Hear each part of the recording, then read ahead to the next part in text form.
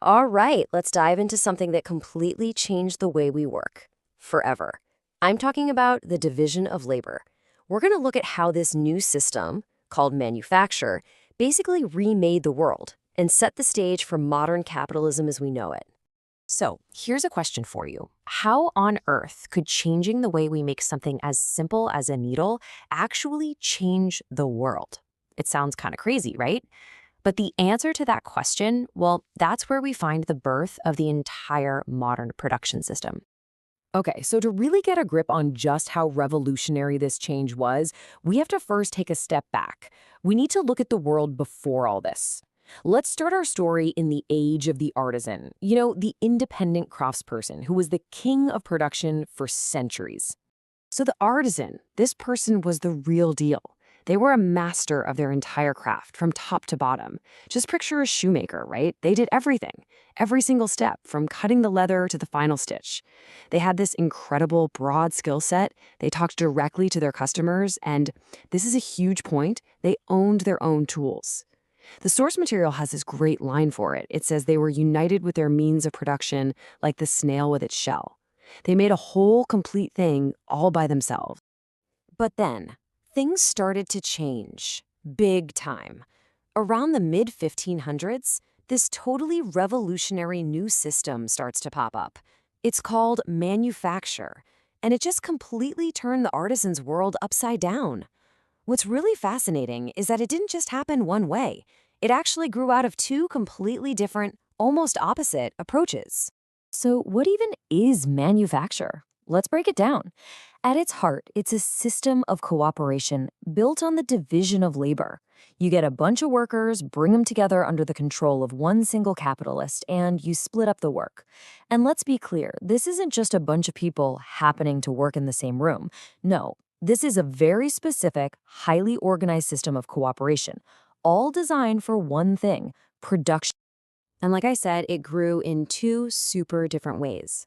The first path was all about combination. You take a bunch of different independent crafts and you assemble them all under one roof.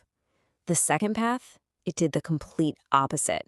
It was about deconstruction. It took a single craft and basically shattered it into a ton of tiny, isolated steps. Let's take a look at both. All right, path number one, assembly. And the perfect example here is building a carriage. Think about it. Before this whole manufacture thing, if you wanted to build a carriage, you needed a whole crew of different, independent artisans, and they were all working out of their own separate shops. You'd have your wheelwrights, your harness makers, the tailors, locksmiths, painters, all these amazing specialists. So what did manufacture do? It brought all of them into one single building, working for one boss, where they could, as the source says, work into one another's hands. And what happened over time is pretty interesting.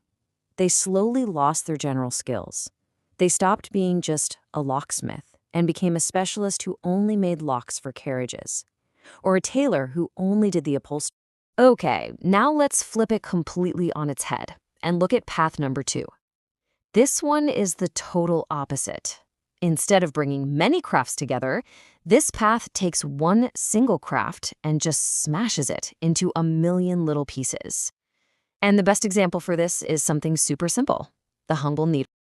And when you put them side by side, the difference is just wow, it's stunning. So in the old guild system, you'd have one master artisan doing like 20 different steps, one after the other, to make one needle. But in these new English factories, you had 20 different workers standing right next to each other, and each one of them was doing only one of those 20 steps, over and over and over again. So you see, it doesn't matter if you got there by combining crafts or by tearing one apart. You always ended up at the exact same destination: a productive mechanism whose parts are human beings. That's a powerful phrase, isn't it? What was really born here was a new kind of collective labor made up of all these specialized people, all acting like a single giant organism. Now, there's no denying it, this new system was insanely productive. Absolutely wild. But there's always a but, isn't there? What was the human consequence of all this? Well, this huge shift in how work was done created a brand new type of worker, the detail labor. And look, the source material is pretty blunt about this. It really doesn't pull any punches. It makes the case that this system basically turned the worker into, well, a crippled monstrosity.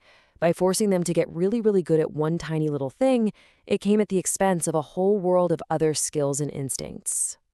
I mean, this change was just total. You have the independent artisan with all their broad, holistic skills, and they're replaced by this detail laborer who becomes basically just another part of the workshop, an appendage. Your own personal knowledge and judgment, they didn't really matter anymore. Instead, all the brain power, all the intelligence of the whole operation got sucked up and concentrated in the workshop itself, all managed by the capitalist. So this is the really crucial takeaway here.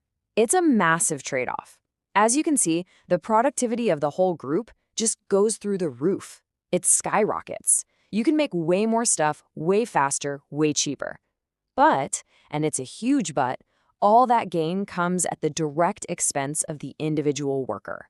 Their broad skill set and their independence both just plummet.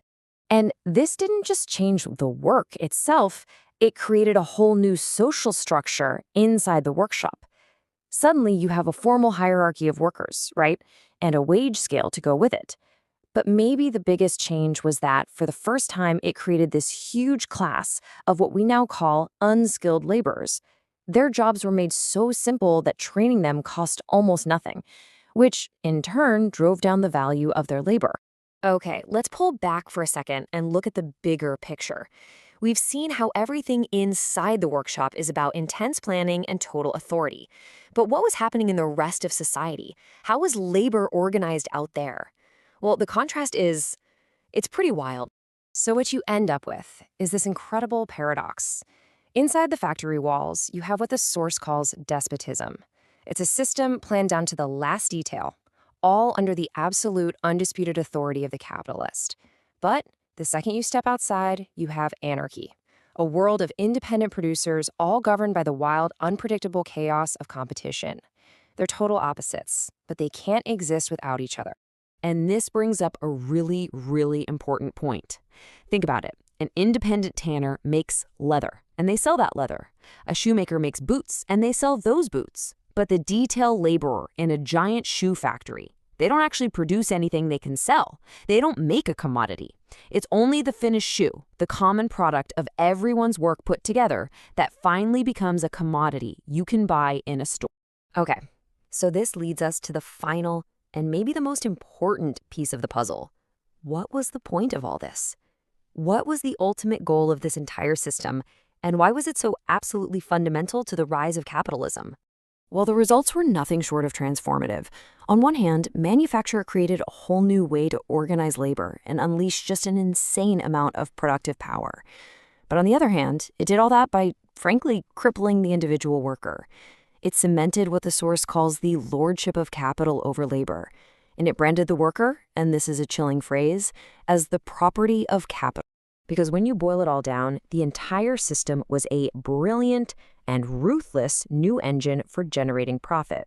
By making work hyper-efficient, you dramatically cut down the time it took to make something. And what does that mean? It means your labor costs go down, and the surplus value, the profit, that goes to the capitalist goes way, way up. So in the end, the whole system really works because of a massive transfer. And the source puts it perfectly. Everything that is lost by the individual worker, their skill, their independence, their knowledge, it doesn't just vanish into thin air. No, it gets concentrated in the capital, in the organization that employs them. Now, the classic era of manufacture eventually gave way to the Industrial Revolution and the Age of Machines.